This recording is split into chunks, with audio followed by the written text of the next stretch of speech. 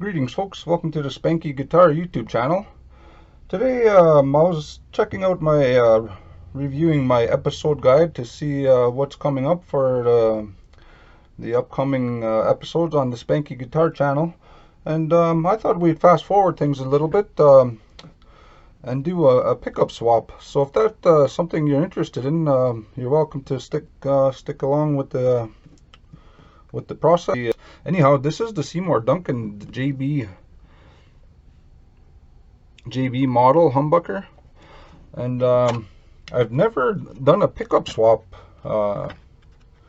interestingly enough. Now that I have the opportunity to do it, I'm going to do it. So I ended up getting this a while ago, probably a few weeks ago now, maybe a month ago.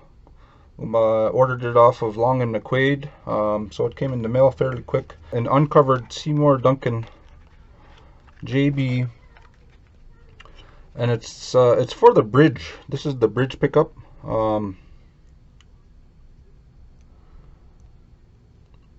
I don't think we're going to be needing this soldering iron. We'll save this for another episode. I think all we need is this, some tape. See the wires here? The wires, it already comes pre-clipped or pre-stripped. The wires are already stripped.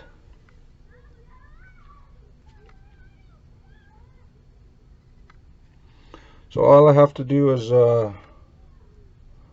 just braid these together a little bit, and I'm not going to film the whole process. I'll check in from time to time, but this one has a green, a white, a red, and a black. And on Gibson pickups, I'm not sure about the about the Seymours, but the color coding on the Gibsons, they changed a couple of times over the years. So I'm not sure which one's the hot lead, and usually the black one's the ground. Let's check the schematic if there's one here. Oh yes, right here.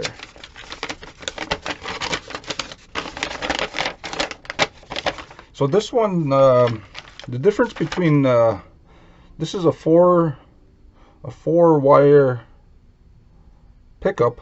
1, 2, 3, 4. This one's the ground. What these 4 wires do is allow your guitar, if it's equipped with the push-pull pots. My studio has the push-pull pots. Same with my Gibson Les Paul Classic. Those are all push-pull pots. If I wanted to, I could swap this pickup out and put it in to either of those guitars that are coil tappable and phase switchable. But the pickups in my studio and in my Classic, those are already top of the line pickups. There's no need to change those. And in fact, same with this guitar here, the Gibson Tribute for that matter. There's nothing wrong with those either. It's just, I think these are, the Seymour Duncans are commonly known as very, very good pickup. And a lot of guitarists use it. Most notably, Slash is one of them. He's always endorsed Seymour Duncan because I guess during the Appetite for Destruction days back in the late 80s, this is the pickup that sounded the best to him. Now, of course, every sound is different to depending on the person's individual music preferences, obviously. Now, somebody might want to just keep the stock Gibson. This is a 490T for treble, and there's a 490R in the neck pick position. So this Gibson Tribute, it sits on a PC board, so there's no soldering required. All I got to do is snip it there somewhere, and just attach these wires, and I guess I could solder the wires together, but all I'm gonna do is tape them together. Unless maybe I should solder them. Anyways, let's get back to this wiring diagram. So red and white wires get soldered together and taped off. Bridge pickup, red and white. Okay, so we just go like this, red and white. We just braid these two together, the red and white, because we're not utilizing the coil tapping portion of this pickup, because this guitar doesn't have coil push-pull pots. It's just a regular guitar pickup. Green, so the green must be the hot lead. So let's test this out real quick. So I got my multimeter meter here. Put it to 20K. Let's see what the resistance of this particular pickup, the Seymour Duncan JB bridge humbucker, is uncovered. So the ground should be that. Very hot. Can you guys see that? Oh yeah, 16.96. This is the hottest pickup I've ever owned in my entire life. The only other one that was close to this one, as a matter of fact, is the slash. I bought a Epiphone slash model for my daughter not too long ago, and I reviewed that one also, and that one was 16K as well. So and that's for an Epiphone. The slash recently, I think just as of today, July 20th, came out, announced a new lineup of signature models for Epiphone there, and it's aligned with the inspired by Gibson range also. So it has all of those four: the Victoria, the AFD, but these ones are more quality built, I guess you can say, because it has the hand wiring, the orange drops, the new slash models I'm referring to. Anyhow, I'm getting off track here. I digress. Anyways, yeah, so just give me I'm just gonna sign off for now. I'm gonna put the guitar on the workbench here, and maybe I'll sign back in and while I'm swapping the pickup, and go from there. So okay, so for those of you that want to do this pickup swap yourself and may be interested in doing this someday, all you got to do is just loosen the strings. But first, you take the back plate off, which I already did. The screws are right there, and then I already pulled this off. You see this? You see here it says bridge, and up here you see it says neck. All you gotta do is pull those off. I already pulled this one off. You just gotta tug on it just ever so slightly, and then it comes off, and then that's it. You just snip it here, and you want to make sure you want to save a little bit of lead wire from the bridge in case somebody else wants to you or somebody wants to reuse that pickup. So the main thing is that you keep this connector, and you just attach these wires to the connector. Okay, so what you might want to do is just tie a piece of string or a rope to the lead wire, to the pickup wire, and then once you pull your pickup out, then you tie this wire, the yarn or string, back onto it and fish it back through, and that way it's a little easier to navigate through the pickup, the cavities and inside the guitar. I'm not sure if you really need to do that, but I did, so we'll see how it turns out. Okay, so I got the screws off. We'll just pull this thing off.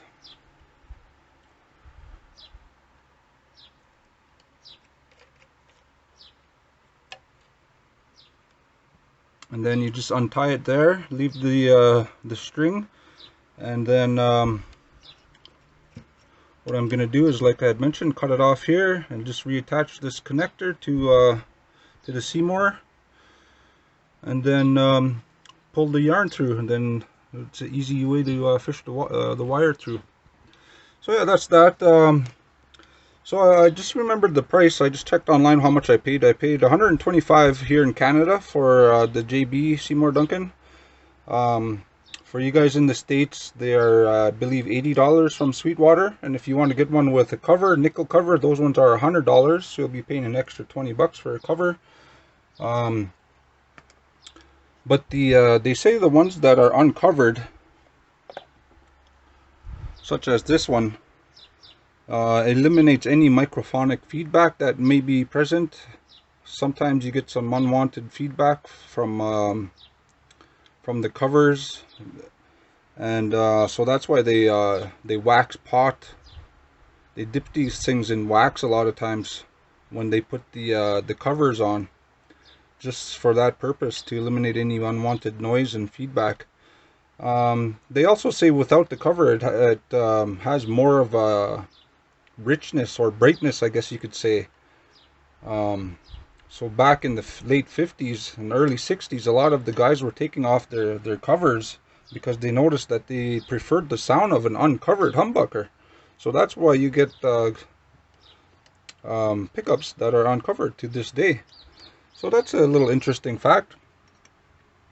And when Seymour and his wife started winding coils back when they started their company, they weren't sure where to put the pickups after they finished making manufacturing them, and they had some leftover playing cards box like this, and so that's what they used from the start, and to this day they shipped them in. If you had a deck of cards, playing cards, a full deck would be able to fit in here. But so moreover, I could have put a Ford. This one here is a Gibson USA.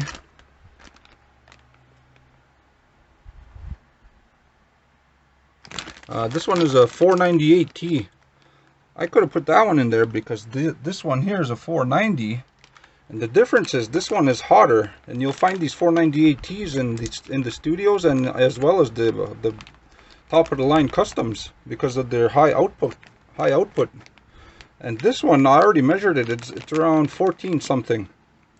Now this Seymour is is even more than this, the highest of Gibsons. This one is 16 something. Remember, we just measured it. I forget the exact number, but and also I could have chose these guys. You might have seen these in my other videos. They're still sitting here because I'm still undecided where to put these ones. These are the vintage Tim Shaw humbuckers from the late 70s and early 80s. These are the PAFs that are highly sought after by collectors because of their how close they come into their sound of replicating a 1959 PAF. Even though there is some debate that the PAFs back in the late 50s they're all different. They're wound differently and give different sounds. But you know, at the end of the day, most of the 59 Les Pauls, they really do have a sweet sounding tone. Okay, so we're back. I have it temporarily hooked up. Remember when I had taped off the red and the green? Normally you would do that if you just have a single conductor or no coil splitting, as I had mentioned. But this one, even though it doesn't have coil splitting or phase inverting, phase switching, it still has the same color wires on the connector. So there's red. So all you do is connect all the wires to the corresponding colors. So red to red, green to green, white to white, and so forth. So I have that all hooked up here now, if you could see that. But before I solder together these wires, or even just tape it together, I want to do a check just to ensure that these are that they're hooked up right. And before I secure everything away, I want to do this check just to ensure. So we'll take our multimeter here and to see if we get the same readings that we did earlier. So it's hooked up right now, as I mentioned, and now, so yes, we're good. In fact, it is hooked up properly at 16.4241. So now that I know we're good to go, I could put everything secure everything as it should be, and then we'll be good to go. And one other thing is all I have to do is I'm going to reuse the pickup ring, of course. It's the black one, so I just got to take the screws off, and the Seymour comes with its own screws, so it's a good idea to keep these screws with the Gibson pickup, because oftentimes if you're going to switch Epiphone or different brands of pickups, other brands of screws don't fit in the Gibson, so you always want to keep your Gibson screws, and even the springs, if you don't have extra springs, keep those with the pickup in a baggie for later. If you can sell it later, or you can put it in one of your Epiphones, a Gibson. So that's what I'm gonna do, is I'm gonna upgrade one of my Epiphones and put this Gibson pickup in it. Now that I would consider an upgrade. What I'm doing here is not necessarily an upgrade, because it's a Gibson, and Gibsons already are top of the line pickups, so you're not really upgrading it by putting a Seymour Duncan in it. What all you're doing is changing its tone, and while yes, it is a hotter pickup, that doesn't mean it's necessarily better than this one. It's just a different tone, and that's all it is. I don't consider this pickup swap an upgrade per se. It's just you know, the same thing as when I changed the plastics. That I don't consider that an upgrade either. You're just changing the plastics. You know, the plastics, they don't have any effect to the tone, so that's not an upgrade. But you know, the term is just used pretty loosely with guitars, so I just thought I'd mention that. Useless information. Okay, so we're all set there, folks. Finally got the pickup in. Here's the remnants of what was taken out, what's left of the 490T.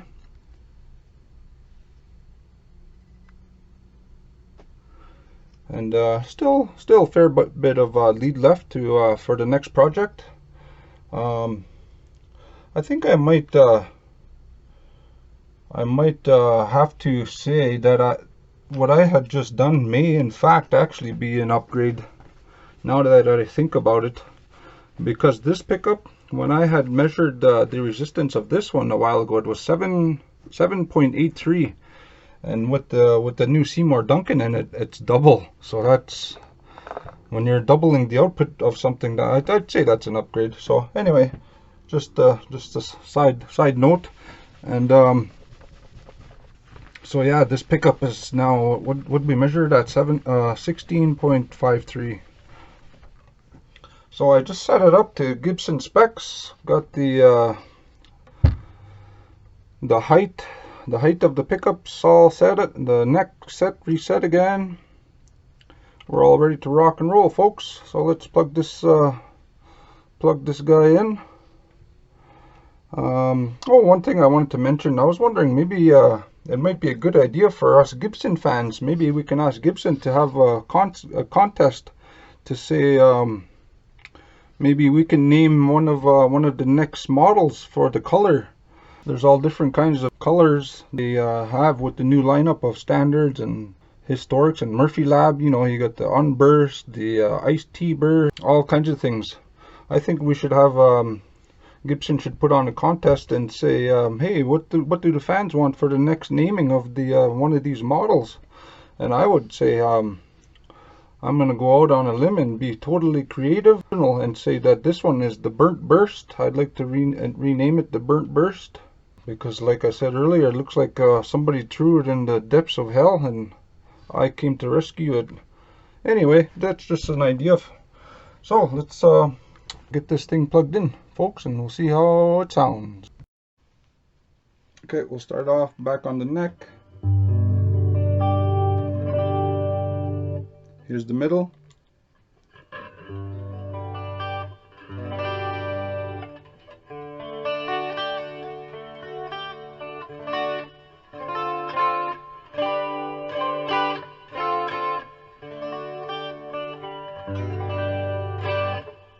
And here's the bridge by itself.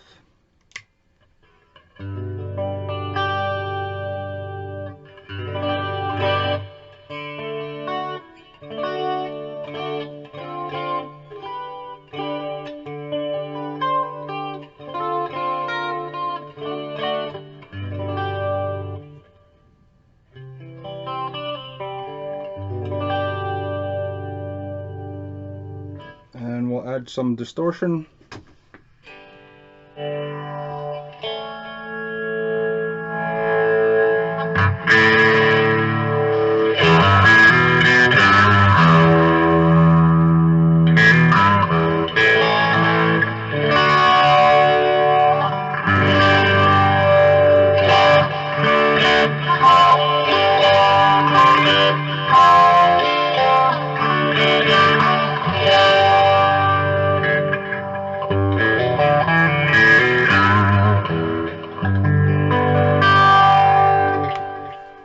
Give me a second.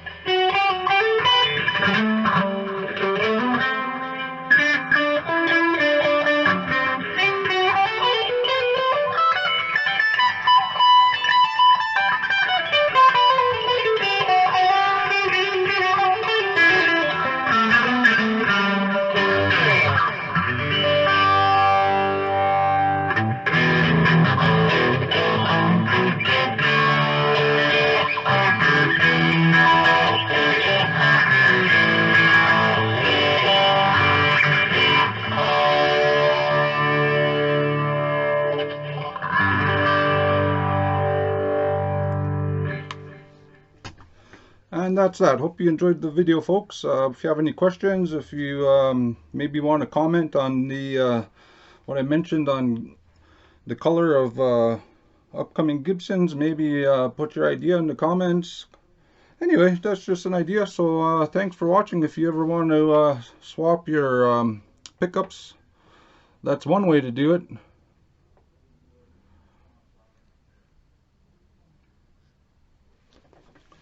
See you on the next episode.